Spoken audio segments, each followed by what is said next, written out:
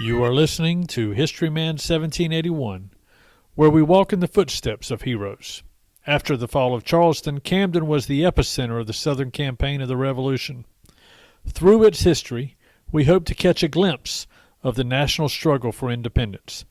At Camden, we discover and rediscover heroes and enemies of old. In Horatio Gates, Thomas Sumter, Francis Marion, Nathaniel Greene, Banastre Tarleton, and Lord Cornwallis. Join us as we rediscover why freedom reigns.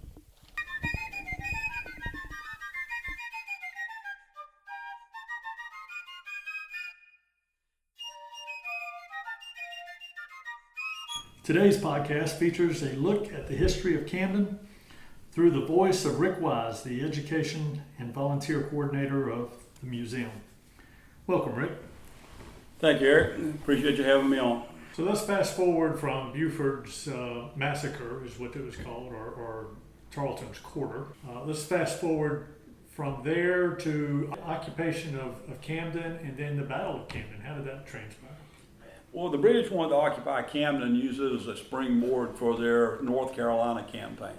The idea was to consolidate here, to be able to bring in your troops, be able to build up supplies, and then move into, then you could move up into North Carolina.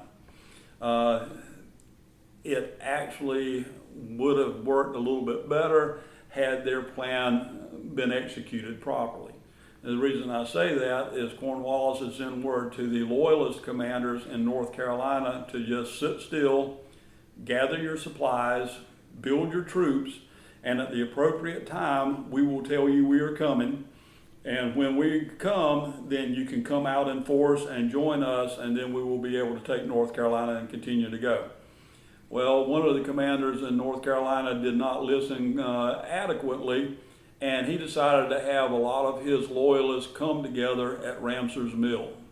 When they came together at Ramser's Mill, they made an inviting target, and even though a force of patriots went and attacked them that significantly was inferior to the force of the loyalists there, they were able to win the day.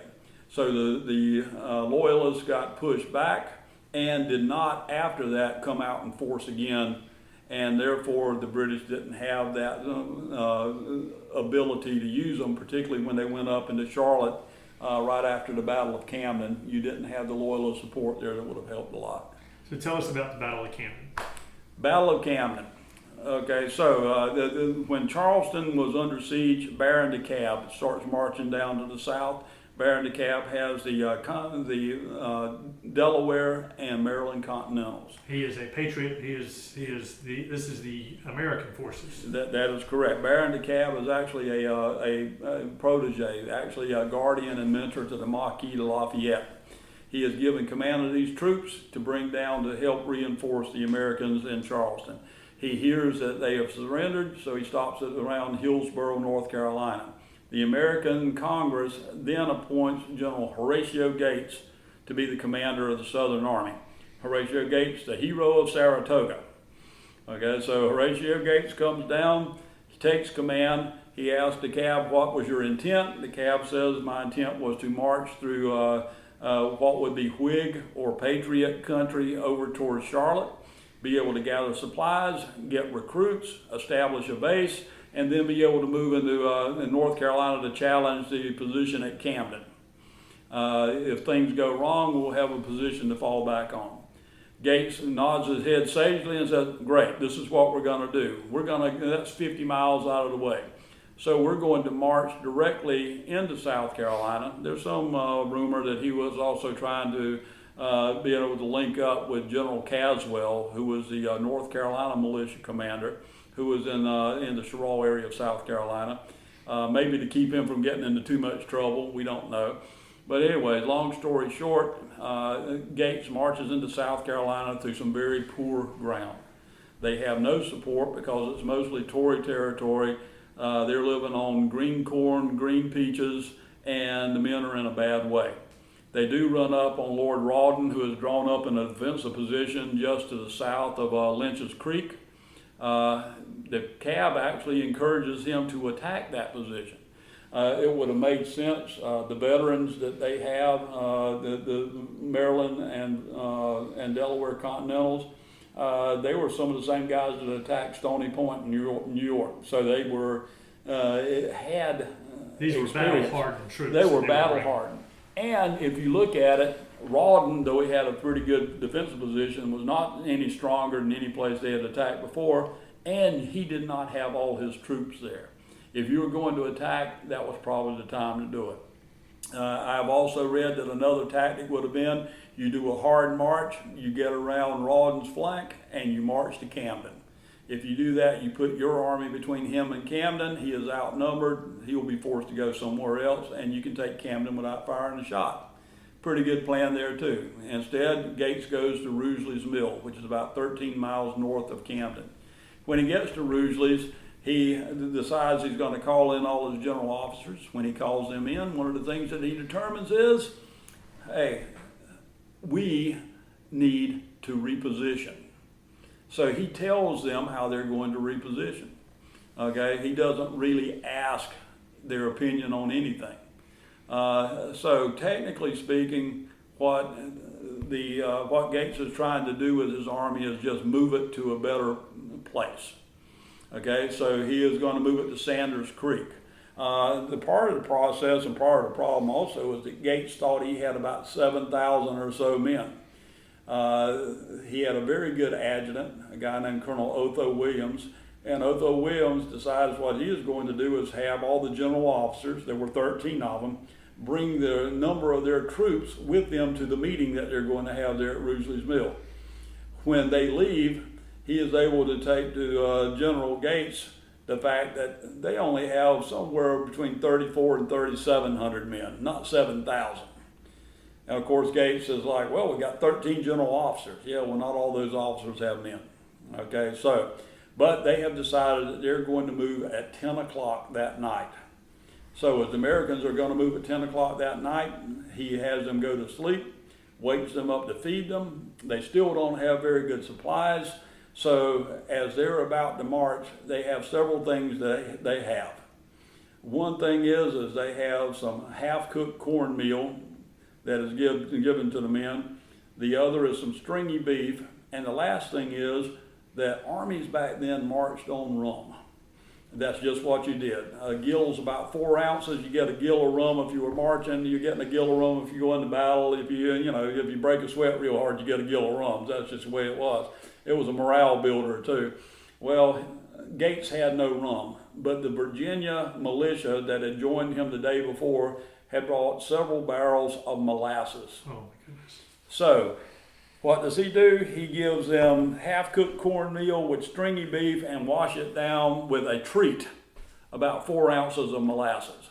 It was stated on the march that night that more men spent time on the side of the road than on the road. So it was a pretty bad situation from a physical and a morale standpoint for the troops that were marching. But we got to remember, Gates was not marching to battle. Gates was marching to reposition. That was the intent. Now, he had a good tactical formation to do that, and he had Armand's cavalry was in the lead, and he had his Continentals behind, and he had a good plan with light infantry on both sides. What happened with Cornwallis, as Rawdon fell back after Gates went to Rugeley's Mill, Rawdon fell back onto Camden. He had sent a messenger telling Cornwallis what was going on. Cornwallis actually rode hard for about a little bit over 2 days to get back to Camden. He comes riding in the night, late on the 13th, early 14th, and decides, okay, let's look at the situation. I've got all these supplies here at Camden. I can't evacuate them, but then again, if there's a siege, I don't have enough supplies to sustain my army for a long time.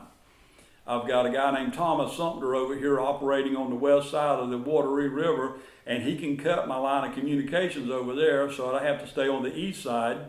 And I know there's some guerrilla activity going on over there.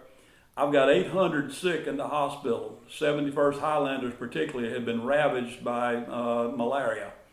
So what am I going to do? Well, if I fall back to Charleston, the loyalists in the state will think we're not worth anything. So I will attack. If I attack, hey, even if I lose, it's not as bad as just retreating without fighting. So it's sort of like if you look at Robert E. Lee at the Battle of Chancellorsville, he is reported to have said, I was too weak to defend, so I attacked. So that's what Cornwallis does. And he marches. Oh, by the way, said before, Gates is marching at 10 o'clock at night. Cornwallis marches at 10 o'clock at night. And when they march, both of them are going towards destiny at a little place just to the north of Ox Swamp. That'll be the battlefield at Camden.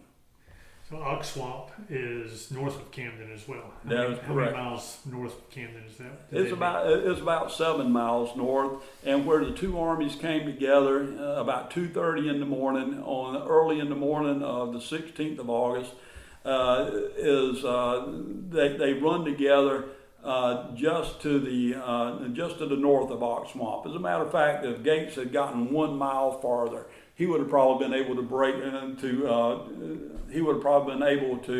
block the British there, and they would not have been able to get past Ox Swamp. But as it was, they were already past it. So the two organizations run together, they kind of bounce off each other, and it's, oh my gosh, what just happened here? Right. There's one story of Tarleton going forward. His cavalry were the first guys that made contact, and actually feeling the uniforms of the soldiers that had been killed or wounded to see that they were wool uniforms, which told him they were regulars. They weren't just partisan groups out there they had run into. The partisans would have worn what? Probably hunting shirts, just regular cloth fabric type muslin type shirts. I see. So when I say bounce off, they're skirmishing, and then they skirmish, and then the British do what professional armies do. They go into a quick, okay, what do we do now? They had Tories who were local. They could tell them about the terrain. One of the things they knew was the terrain on the left and right were swampy and would protect their flanks. Okay, they already suspected they were outnumbered about 2 to 1. We think that the British had about 2,200 troops. Again, about 34 to 3,700 troops for the Americans. At that, they should have been able to outflank them if you had the terrain to do it. But the swamp also kept the Americans from being able to extend their flanks beyond those of the British. So as 2:30 in the morning, you make contact, and all of a sudden, the Americans spend from then until about daylight, which is about 5:30 in the morning, they're spending time figuring out what they're going to do.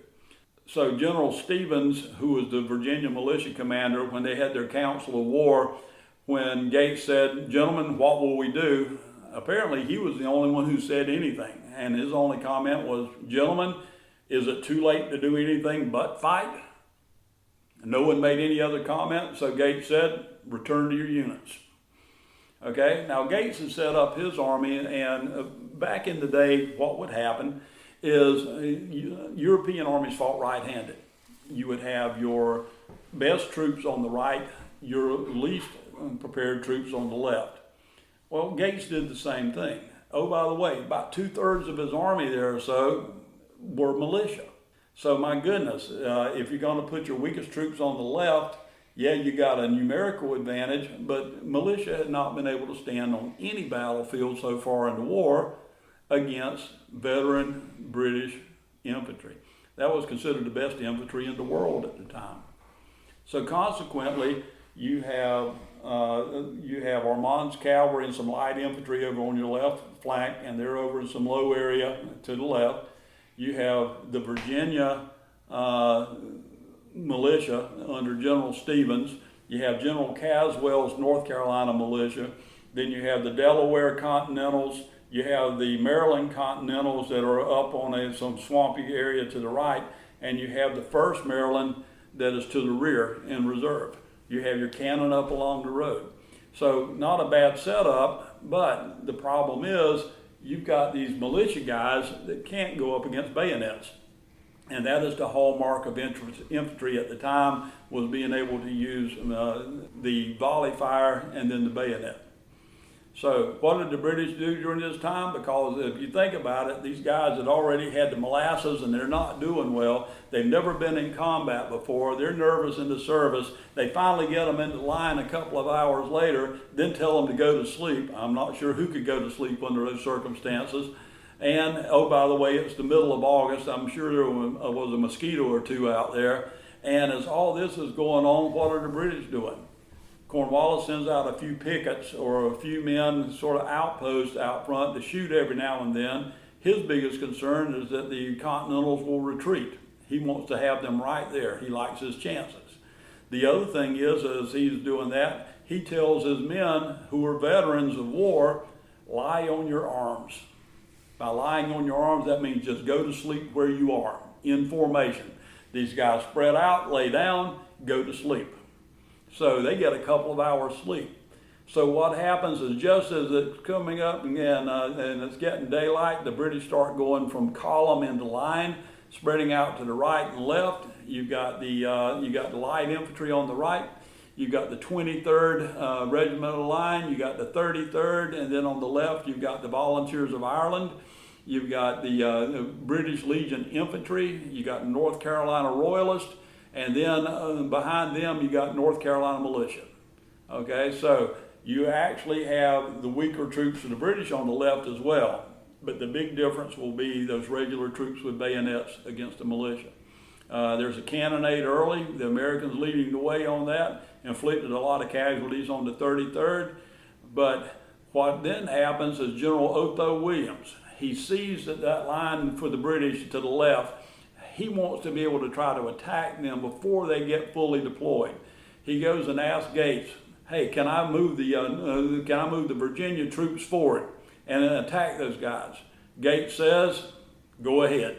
Okay, when he tells him to go ahead, Otho Williams goes over, gets about 50 men, and goes forward. But before they can get into position, the British are already coming through the woods.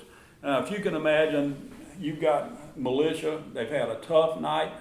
These folks are coming through the woods, and if you can imagine, the drums start echoing through the woods. I mean, it's early in the morning, probably the mist, the gun smoke from the cannon, all that are really low to the ground, and you can hear these guys yelling, "Huzzah! Huzzah!" And the echo of the drums as they're starting to march forward. And as they do that, as the sun is just coming up, you see the glint of bayonets. And some of the militia from Virginia see that and start moving to the rear. And another guy turns and runs. And another guy drops his loaded weapon and runs. And before you know it, panic onsets. And that's one of those things about soldiers. And if you read of any battle in any generation where panic is onset, you just cannot stop people in that circumstance. And the militia turns and runs. Okay, so yeah, North Carolina does have the license plate that says first in flight. Well, that day they were second because it was the Virginians that went first, followed by the North Carolina militia. However, Dixon's North Carolina militia, we think, was the only North Carolina militia or any militia that stood and fought that day. How many did he have? Militia, he had somewhere around 300. Don't quote me on that one.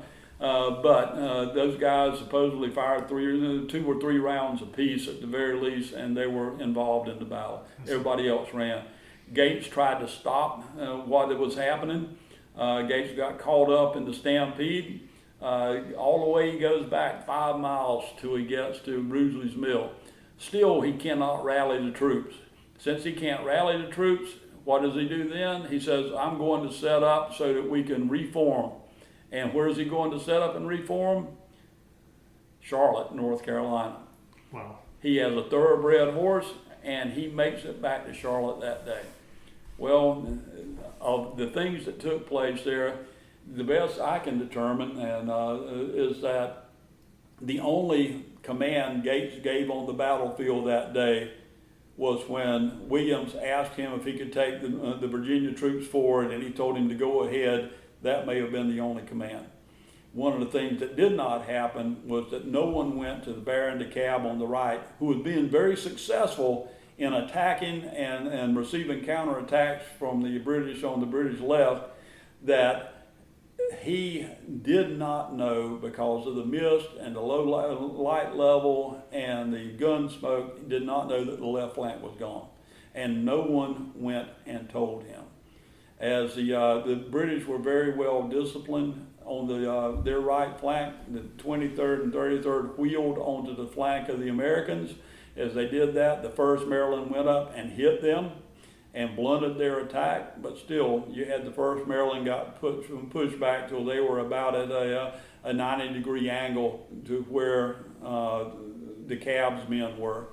And eventually, Cornwallis saw the situation, realized that the American cavalry was no longer there. There was about a 200-yard gap between the Cab's left flank and the 1st Maryland's flank. And Cornwallis ordered his cavalry to go through there and around the American right. The Americans were pushed all the way back about 300 or 400 yards to what we now call Disassembly Hill. And at that point, they could no longer stand, and they disintegrated. Do you know the losses off the top of your head? It is difficult, Eric. We think that there were about 900 killed and wounded. I have heard stories that as many as 400 are buried in a mass grave out there. We think a lot of people were buried where they fell.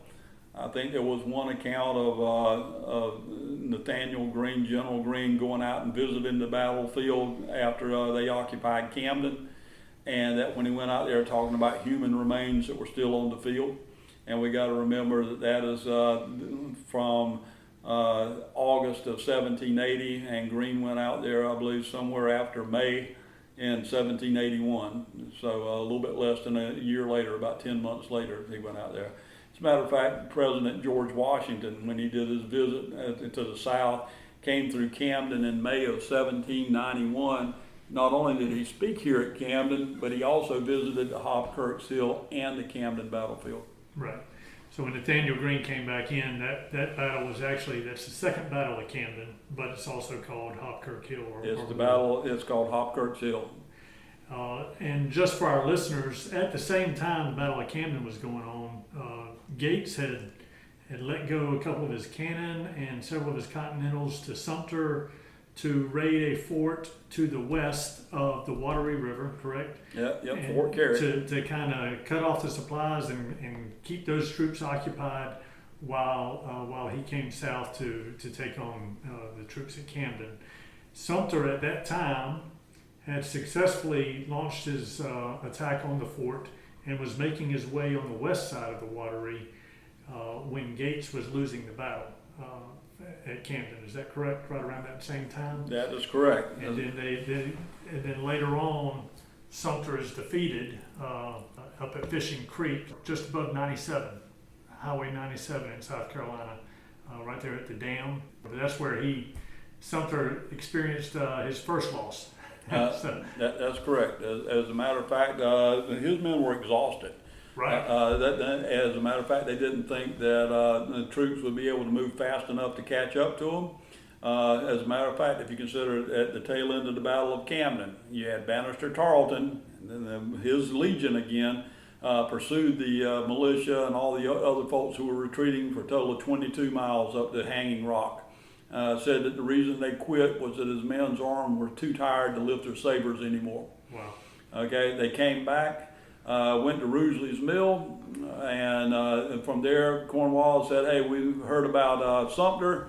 Get after them." And I will tell you that Tarleton was nothing if not energetic, and he chased them down the next day at noon. So between Charleston, Camden, and all those little battles around Camden that culminated in Sumter losing at Fishing Creek, all of a sudden, the British felt like they had South Carolina. Is that correct? Yes, they did. And they felt like, hey, we have got everybody where we want them. However, the brutality that they had put on the people, because we got to remember that when they came through, rather than being people who were here to, hey, we're reestablishing command and control, they came in with an iron fist. In many cases, they raided farms that were loyalist farms, and took horses and supplies and everything else. And essentially, they managed to be able to ostracize the same people that they thought would support them. Well, hopefully at another time we can get to the Battle of Hobkirk Hill and several other of the battles that are around this area. Tell us a little bit about the Liberty Trail. Liberty Trail is a project that has taken place between the American Battlefield Trust and the South Carolina Battleground Preservation Trust. Doug Bostick is the guy that runs the South Carolina portion of that. They're doing an outstanding job, and what we're trying to do with that project is to be able to have 4 different trails, a total of 69 Revolutionary War sites across South Carolina. Kind of in the center of Trail 1 will be Camden. There's a visitor center under construction here in historic Camden. We'll take advantage of historic Camden and also the Camden Battlefield and Hobkirk Hill, and some other great things are about to take place as far as the development of the battlefield at Camden, to include the longleaf pine preserve that we have out there. Let me ask you this. You said 60. You said about 69 battles. Is that on the Liberty Trail? That's correct. There'll be four different trails, 69 battles or other significant events. So, and you have, we've already talked about the Continentals coming down from Maryland, Delaware, Virginia, North Carolina. We got North Carolina militia. We also have loyalists from those same areas that are fighting for the British side. What were the Americans fighting for? Americans were fighting for liberty. Okay, so you look at the back country of South Carolina, the folks that came here and got land grants, many of them were Scots-Irish. They were coming from western Pennsylvania, from Virginia and other locations. And when they came here into the back country of South Carolina, if you're under the crown, you would expect certain things coming from the royal government. Things like teachers, preachers, law enforcement. You would expect a judicial system. And they were not exactly coming in such proportion that the people back here were satisfied with what they were getting from the government. Very independent-minded people who were very capable of taking care of themselves. They were not allowed to have representatives in the government in Charleston. And so as they looked at those sort of things, it was something that they wanted to be able to do their own representation. So as a consequence, those seeds were planted. Folks like Gadsden came out of Charleston and was talking liberty, and the people in the back country listened. There was very much so a political campaign, if you will, going on in the back country. Loyalists that wanted to talk about staying with the crown, others that talked about patriotism and liberty. And if you look at liberty at that time, okay, all you have to do is look to the documents by our founding fathers. What are we doing? We're pursuing life, liberty, and the pursuit of happiness. Okay. All right. So how would you define freedom yourself? How would you personally, Rick Wise, define freedom? Freedom is the ability to take care of your family, to take care of yourself, and to live the personification of what the founding fathers wanted to do. Life, liberty, pursuit of happiness. Okay. So what would you want a visitor to take away from their visit here to historic Camden?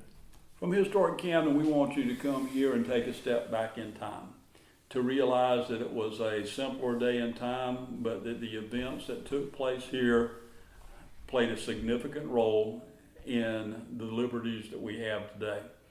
That there were people that in their mark on history still have an impact today. And that if you can come here and close your eyes and open them and see that town that has been burned down, to be able to see the people that lived here at the Kershaw House, and to understand some of the thought process and actions that went into having the intestinal fortitude to go up against the greatest empire in the world at the time, from a few folks that lived in a shack here in the back country near Camden, South Carolina, that if those people could look at those odds, engage, and be successful, that we today can do the same thing. Very good. So tell me about any upcoming events. I know you talked about the visitor center being constructed here, and tell me what other upcoming events you may have for the fall to winter time. Okay, probably the key event that we're going to have here, of course, is the Revolutionary War Field Days. We have that the first week in November. We'll have reenactors here. It's always a good time. Please bring family and friends out. We will also have a guided tours of the battlefield. You can look at that on our website, historiccamden.org, to be able to come out and actually have somebody take you through the battlefield and give you the whole concept of operation, if you will, on the ground, because I think you'll find that extremely enjoyable. If you like the artifacts and things from the colonial period, you'll love Historic Camden's Kershaw Cornwallis house. We have guided tours at 10:30 in the morning, Tuesday through Saturday, and 2:30 in the afternoon those same days, and we have guided tours Sunday at 2:30. So if you come here, you can take a step back in time and enjoy Historic Camden. Thank you very much. Thank you, Rick. Hey, you're very welcome, Eric. Thank you.